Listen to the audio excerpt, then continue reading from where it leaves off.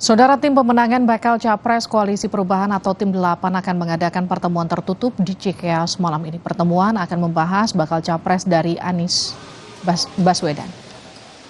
Sekjen Partai Demokrat Teguh Rifki Harsha mengonfirmasi pertemuan Tim 8 di Cikeas Jumat malam. Meski tidak menampik isu pembahasan bakal Cawapres Anies, Demokrat menyebut menyerahkan soal bacawa pres kepada Anies Baswedan. Akan ada pertemuan Capres Tim 8 dengan Pak SBY dan Mas Ahaye di Cikeas.